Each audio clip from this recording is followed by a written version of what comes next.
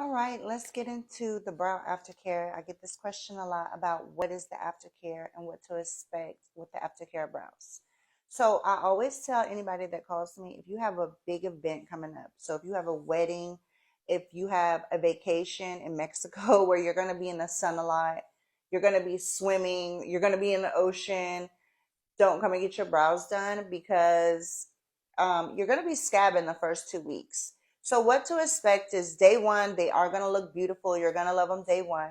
Day two, they're going to go a little darker, right? Because the scab is forming. They're going to form a scab usually on day three. So this second picture is pretty accurate. This is a pretty accurate chart, you can see. And I give everybody the chart. I text everybody the aftercare sheet in the charts. There's another chart that I send that shows the scabbing in the days that lead up to it. But the second day, it's going to go darker. The third day, it's going to form a scab. I always tell my clients, like, leave the scab alone for 10 to 12 days because the longer the scab stays on, the better.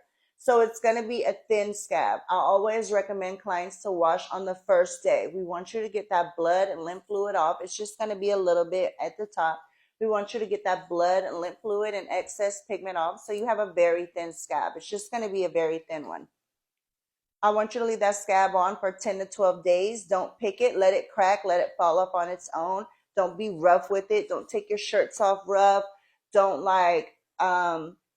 if you're in the gym a lot, like try to exercise in front of a fan. Don't sunbathe. Don't get in the tanning bed. Like, please protect the investment because these are expensive. This is an investment. So protect the investment. After the scabs fall off, which is usually around day 12, it's going to go through a fade out process. So it's going to go light. So it's going to be light and uneven. It's completely normal.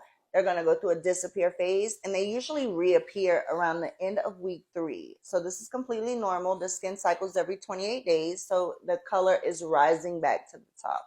We can't bring you back for a touch up until after 4 weeks because the skin has to completely cycle. So I usually tell my clients you can't come back for a touch up for 5 weeks, 5 to 6 weeks, because I want the color to fully cycle and fully come back to the surface before I touch you up again.